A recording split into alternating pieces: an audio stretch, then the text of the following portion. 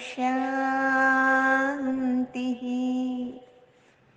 सत्यं शिवं सुंदरम सतचित आनंद स्वरूप सत श्री अकाल मूर्त सदाशिव परम पिता परमात्मा की प्यारी संतान, प्यारे भाइयों तथा बहनों, आज दिनांक 26 जुलाई 2022 की मुरली का मंथन प्रस्तुत है। देखिए, दुनिया में दो प्रकार के ताज दिखाए गए हैं। एक है लाइट का ताज, दूसरा है माइट का ताज। लाइट का ताज अक्सर आप देखते हैं कि ये ताज पवित्र आत्माओं, धर्म आत्माओं के सिर के पीछे एक प्रभार मंडल के रूप में दिखाया जाता है, जिसे ऑरा भी कहते हैं।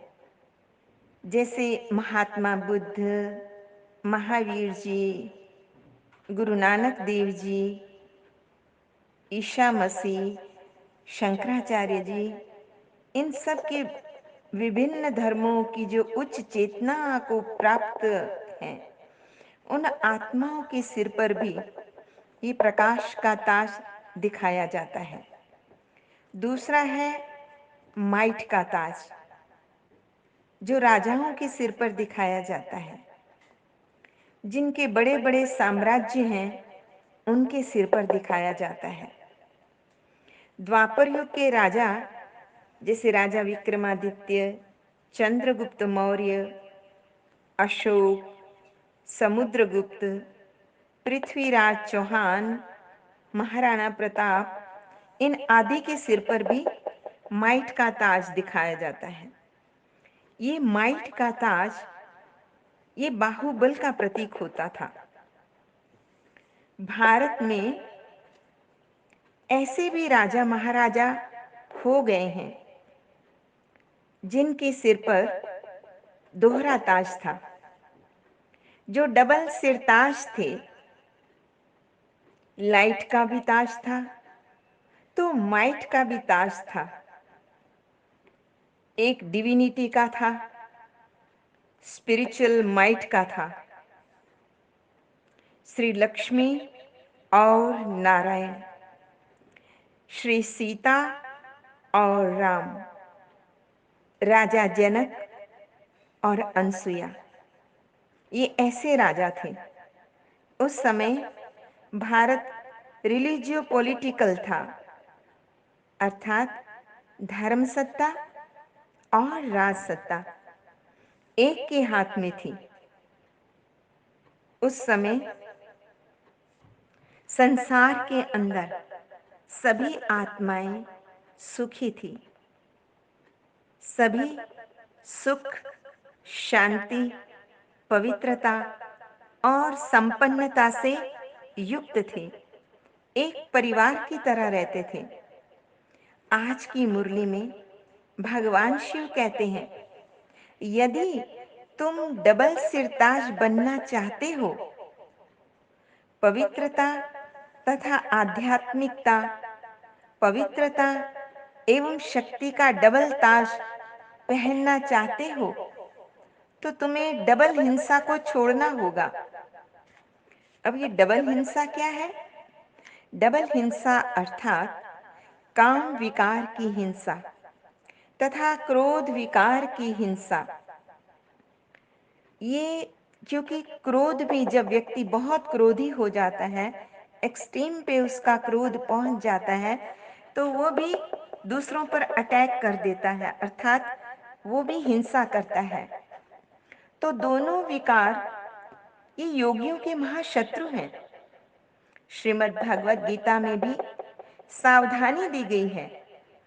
कामेश, क्रोधेश, रजोगुण समुद्भव, महाशनो महापापमा, विद्येनम इह वैरिणम। काम, क्रोध ये रजोगुण से उत्पन्न होते हैं, जो योगियों के महादुश्मन हैं। काम विकार से मुक्त होने के लिए हमें क्या करना होगा? ये जो दैहिक आकर्षण है, ये जो बॉडी कॉन्शियसनेस है, इससे मुक्त होना होगा। क्योंकि बड़े-बड़े तपस्वी, ऋषि, मुनि इस काम विकार के कारण ही पतित बन गए, साधना से नीचे उतर गए। कलयुग में भी भेड़ के वेश में कई भेड़िए घूम रहे हैं।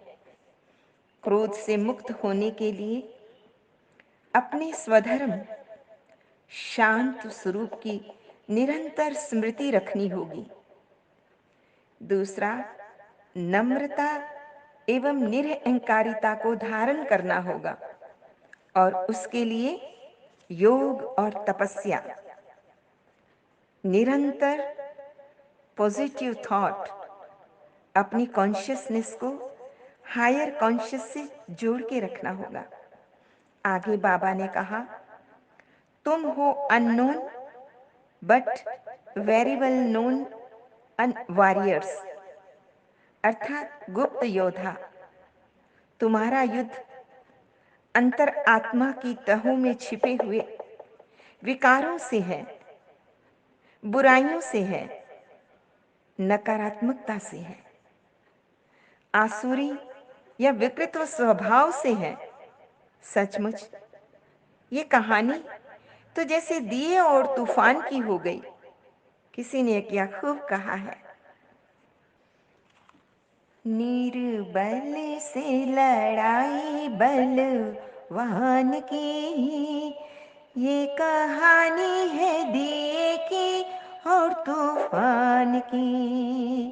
एक रात अंधियारी थी, दिशाएं कारी कारी, मंद मंद पवन था चल रहा। अंधियारे को मिटाने, जग में ज्योत जगाने, एक छोटा सा दिया था कहीं जल रहा। अपनी धुन में मगन, उसके तन में अगन, उसकी लौ में लगन भगवान की। ये कहानी है दिए की और तूफान की। ये कहानी है दिए की और तूफान की। माया की तूफानों की कहानी और परमात्मा द्वारा जगे हुए उस नन्हे से दीपक की कहानी। परमपिता परमात्मा शिव हमारे दिए को ज्ञान घृत से प्रकाशित करने आए हैं और माया रूपी तूफान उसे बुझाना चाहते हैं। ये ईश्वरीय संपदा और आसुरी संपदा के मध्य युद्ध है, जिसे केवल भगवान को सारथी बनाकर ही जीता जा सकता है। सचमुच परमात्मा को अपना साथी बना ले तो जरूर विजय हो सकती है। फिर बाबा ने कहा कि सचमुच और हम सब जानते हैं कि इस पृथ्वी पटल पर कई बार ऐसी घटनाएं घटित होती हैं जो आश्चर्य में डाल देती हैं। यह व्यक्ति कई बार उसे मानता नहीं है, केवल आश्चर्यवत कथनती सुनंती और भागंती हो जाते हैं। लेकिन सचमुच कई बार ऐसी घटनाएं घटित होती हैं कि जब हम देखते हैं छोटे छोटे बच्चे भी बड़े प्रतिभावान पैदा होते हैं, जो छोटी आयु में अविश्वसनीय कार्य करते हैं, जिससे मानव बुद्धि चमत्कृत हो जाती है, आश्चर्यचकित हो जाती है, असमंजस में पड़ जाती है। श्रीमद् भगवद गीता एवं अन्य शास्त्रों को सहज ही कंठस्थ कर लेते हैं। ऐसे बुद्धिमान बच्चे होते हैं, उनकी मेमोरी पावर बहुत तेज होती है। कई फिर विद्या ग्रहण करने में भी प्रवीण होते हैं। छोटी आयु में प्राचार्य बन बड़े-बड़े बच्चों को पढ़ाने लगते हैं। ऐसे ही एक दिव्य घटना, एक महान चमत्कृत घटना 1936 में सिंध हैदराबाद में घटित हुई, जब एक मानवीय तन से त्रिलोक, त्रिकाल, त्रिदेव, त्रिनेत्र का ज्ञान सहज ही प्रस्फुटित होने लगा तथा नन्ही कन्याएं और उनके परिवारजन उस ज्ञान को आत्मसात करने लगे। किसी को भी समझ में नहीं आ रहा था कि ये दादा लेखराज के मुख से ये गहन ज्ञान, ये दिव्य ज्ञान, ये उत्कृष्ट ज्ञान कैसे निकलने लगा है। कई तो कहने लगे, छोटा मुंह बड़ी बात, ये सभी कपोल कल्पना है। उनको क्या पता था कि स्वयं परम पिता परमात्मा, वो सत्यम शिवम सुंदरम, वो दुख हरता सुख करता, वो ज्ञान सागर, वो निरअहंकारी, वो निर्विकारी परम पिता परमात्मा भगवान शिव मानवीय तन से अगम निगम का ज्ञान दे रहे हैं। कौन जानता था स्वयं गरीब नवाज, गरीब भारत को साहूकार बनाने आया है। उसने हमारी पुकार सुन ली है। कौन जानता था कि भगवान शिव हमारी कुवृत्तियों को, कुसंस्कारों रूपी रावण से उस्ताद बनकर हमें युद्ध सिखाने आए हैं, जिस युद्ध में जीतने से सुखधाम, स्वर्ग के मालिक बन जाते हैं। भगवान शिव ने हमें समझाया है कि गॉडली कनेक्शन ही तुम्हारी सेफ्टी का साधन है। सुप्रीम कॉन्शियसनेस से कनेक्शन जुड़ना या उसके से कनेक्शन जोड़ने से हमारा लिमिटेड माइंड सुपर माइंड बन जाता है। ससीम मन असीम बन जाता है। हद में रहने वाली बुद्धि बेहद में चली जाती है और उसमें अनंत संभावनाओं का प्रादुर्भाव होने लगता है, जिसके लिए कहते हैं ना, गूंगा गा लेता है और पंगु पर्वत पार कर लेता है। आज का वरदान है, परमात्मा प्यार की शक्ति से असंभव को संभव करने वाले पद्मा पदम भाग्यवान भव। संसार में शक्तिशाली अगर कोई भावना है तो वो है स्नेह की भावना, प्यार की भावना। पर संसार का प्यार तो मोह में बदल जाता है। वो सदा एक जैसा नहीं रहता है, कभी कम तो कभी ज्यादा भी हो जाता है, बढ़ता और घटता रहता है। परंतु परम पिता परमात्मा का प्यार, उसमें वो शक्ति है जो किसी भी परिस्थिति को श्रेष्ठ स्थिति में बदल देता है। जो बच्चे परमात्मा प्यार में लवलीन रहते हैं, उनके लिए तो असंभव कार्य भी संभव हो जाता है।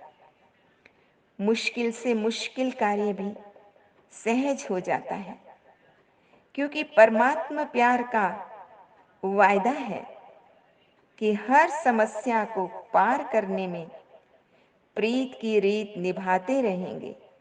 ये परमात्मा का वादा है। लेकिन किन बच्चों के लिए? कभी कभी प्रीत करने वाले नहीं, ऐसे नहीं बनना, सदा प्रीत निभाने वाले बनना। तो चलिए परमात्म प्रीत का एक गीत सुनते हैं। दिल कहे बाबा तेरा शुक्रिया, दिल कहे बाबा तेरा शुक्रिया, तूने ही भाग्य बनाया है, हर पल तेरे गुण गाऊं मैं बाबा, पल पल तेरे गुण गाऊं मैं, रोम रोम तेरी गाए महिमा, क्या से क्या तूने हमें बनाया, गिरे हुओं को पूछे न कोई, गिरे हुओं को पूछे न कोई, तूने ऊंचा उठाया, तूने ऊंचा उठाया, हर पल तेरे गुण गाऊं मैं बाबा, पल पल तेरे गुण गाऊं मैं, तेरे प्यार की किरणें आए, मेरा मन तुझ में खो जाए, तुझको देखते रहे ये नैना, तुझको देखते रहे ये नैना, दूजा न कोई भाए, दूजा न कोई भाए, हर पल तेरे गुण गाऊं मैं बाबा, पल पल तेरे गुण गाऊं मैं, तूने भाग्य की रेखा बदलाई, जन्मों की तूने प्यास बुझाई, तेरी छतर छाया में आकर, तेरी छतर छाया में आकर, मन ने शीतलता पाई, हर पल तेरे गुण गाऊं मैं बाबा, पल पल तेरे गुण गाऊं मैं बाबा, पल पल तेरे गुण गाऊं मैं। आज का स्लोगन है, अपने श्रेष्ठ कर्म व श्रेष्ठ चलन द्वारा दुआएं जमा कर लो, तो पहाड़ जैसी बात भी रुई के समान अनुभव होगी। हमने अक्सर सुना है कि पहाड़ जैसी बात राई हो गई, लेकिन बाबा उससे भी आगे ले जाते हैं। रुई को तो फूंक मारो तो उड़ जाती है, तो बाबा पहाड़ जैसी समस्या को भी रुई जैसा बना देते हैं। अच्छा, मीठे मीठे सिकिल दे बच्चों प्रति माता पिता बाप दादा का याद प्यार, और गुड मॉर्निंग रूहानी बाप की रूहानी बच्चों को नमस्ते। हम रूहानी बच्चों की रूहानी माता पिता बाप दादा को याद प्यार, गुड मॉर्निंग और नमस्ते। सदा रहो हंसते, कहीं नहीं फंसते, बन जाओ फरिश्ते, बांध लो अपने बसते, चलो प्रभु के रस्ते। वाहिगुरु जी का खालसा वाहिगुरु जी की फतेह। बोल साचे दरबार की जय। लोका समस्ता सुखिनो भवन्तु लोका समस्ता सुखिनो भवन्तु लोका समस्ता सुखिनो भवन्तु। ओम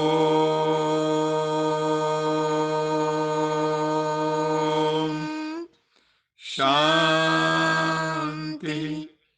शांति शांति।